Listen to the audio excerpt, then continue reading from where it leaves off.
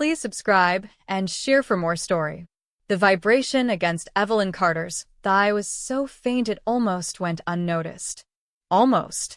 In the solemn quiet of the Thanksgiving dinner table, it felt louder than thunder. She sat beside her son, Nathan Carter, watching candlelight flicker across crystal glasses, her heart swelling with gratitude. For the first time in years, she believed they were whole again. The roasted turkey sat proudly in the center of the table, glazed with the maple bourbon recipe her late husband, Samuel, had perfected before his sudden death 6 years earlier.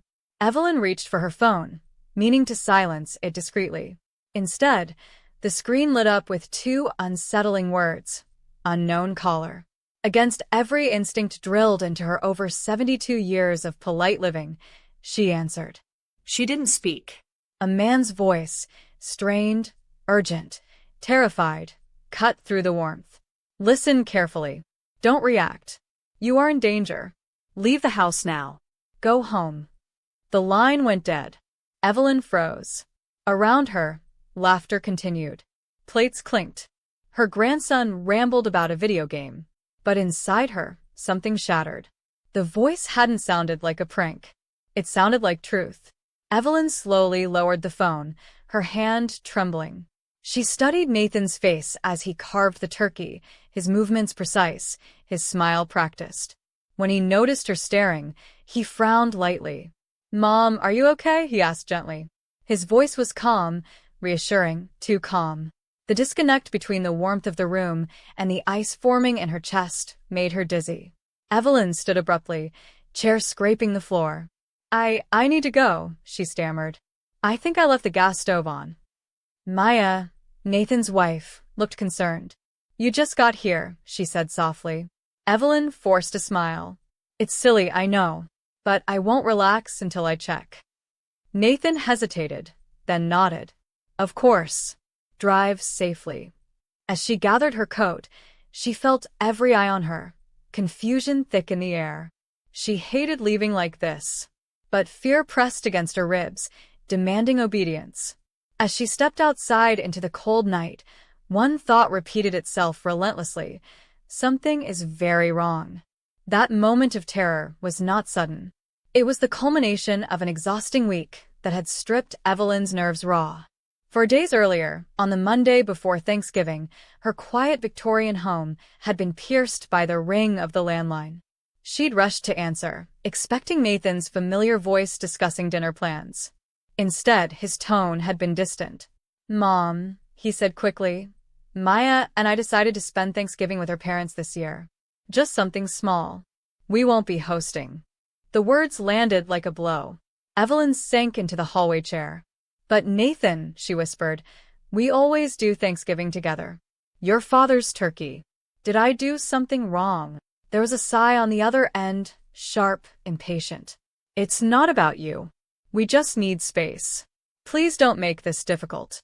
The line went dead. Evelyn sat alone, the grandfather clock ticking loudly in the silence. For the next 2 days, she drifted through her home like a ghost, surrounded by memories of a life that felt suddenly discarded. Every room reminded Evelyn of Samuel, his favorite chair, his gardening gloves by the back door, his laughter lingering in the kitchen. On Wednesday morning, she dusted furniture that didn't need dusting, desperate to stay busy. When the phone rang again, she hesitated. Then she answered. Nathan's voice this time was warm, too warm. "Mom, I'm so sorry," he rushed. "I don't know what I was thinking. Of course you should come. Thanksgiving isn't Thanksgiving without you." Relief flooded her. "Oh, Nathan," she breathed, tears spilling. "I'll make everything." He laughed nervously. "Please do. Everyone wants your stories." She didn't hear the warning hidden beneath his enthusiasm. She only felt wanted again. Needed. Evelyn threw herself into preparation with devotion. She bought the finest turkey, spent hours cooking, and spoke softly to Samuel's photograph as she worked. "They want us back," she whispered. "It'll be a real family Thanksgiving." By the time she left for Nathan's house, her heart was light with hope and blind to danger. Nathan's house was warm and beautifully decorated. Maya greeted her kindly. But as the afternoon unfolded, small cracks appeared.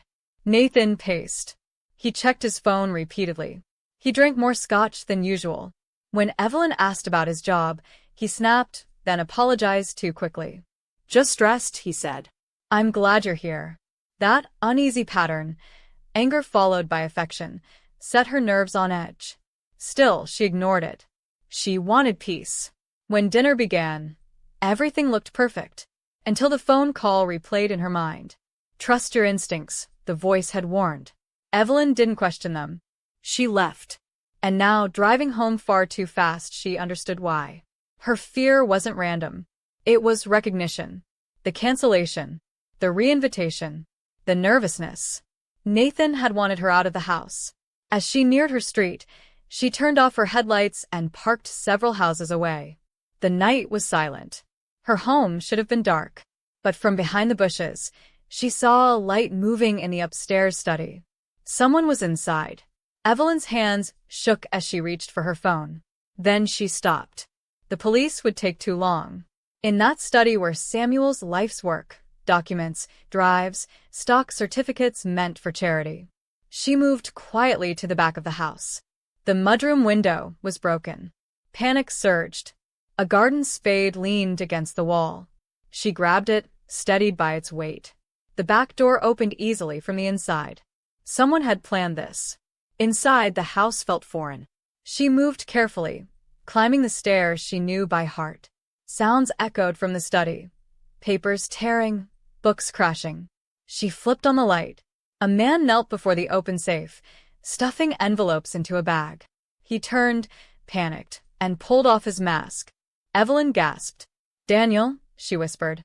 He had been Nathan's closest friend since college. Practically family.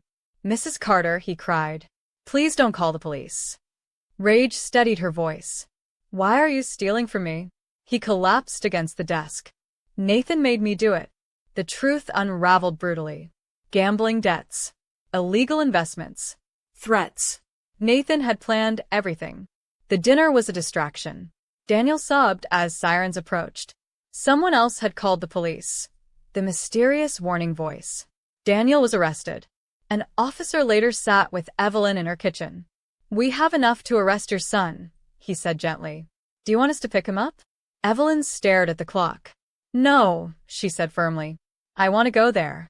When she returned to Nathan's house, dessert waited untouched.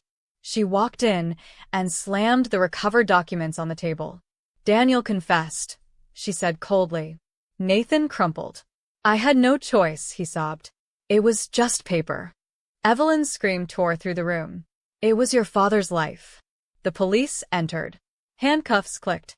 When the children appeared, Evelyn shielded them from the sight. "Go back to bed," she said gently. "Everything will be okay." Nathan looked at her, broken. "I still love you," he whispered. "I love who you were," she replied. "Not who you chose to be." The aftermath came quietly, like snow settling after a storm.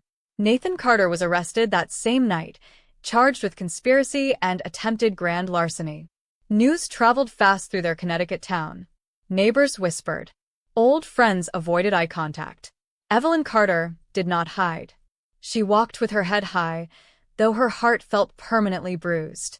She sat beside Maya during meetings with lawyers and answered questions gently but firmly. "You did nothing wrong," she told her daughter-in-law again and again. Maya often broke down, guilt tearing through her voice. "I didn't see it," she sobbed once. Evelyn held her hand. "That is not blindness," she said softly. "That is love."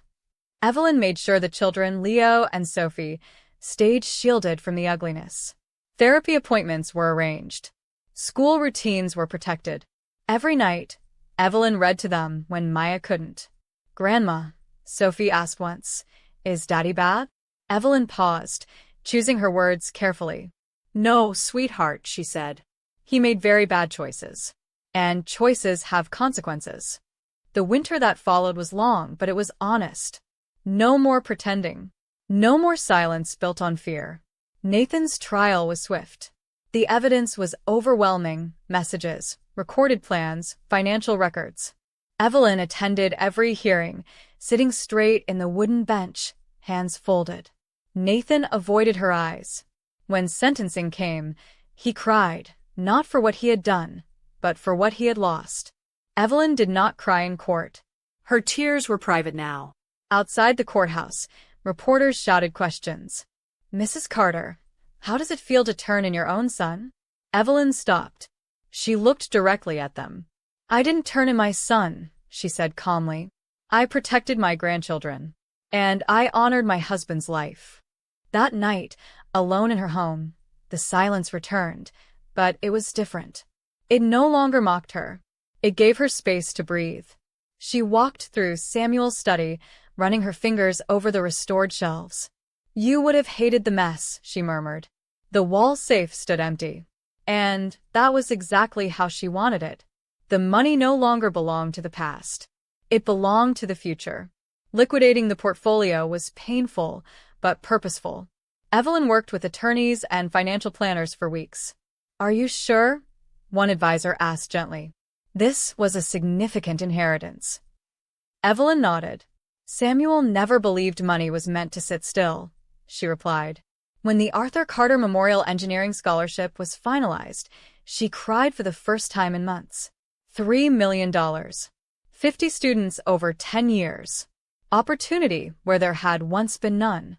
She also created a separate trust, ironclad, untouchable, for Leo and Sophie. "Their father cannot access this," the attorney assured her. "Good," Evelyn replied. "It's not punishment. It's protection." Maya hugged her when the documents were signed. "I don't know how to thank you," she whispered. Evelyn smiled faintly. "You already did," she said. "You stayed." Slowly, life found a new rhythm. There were still painful days. Holidays were quieter, but they were honest. And honesty, Evelyn learned, was lighter to carry than denial. Spring came softly.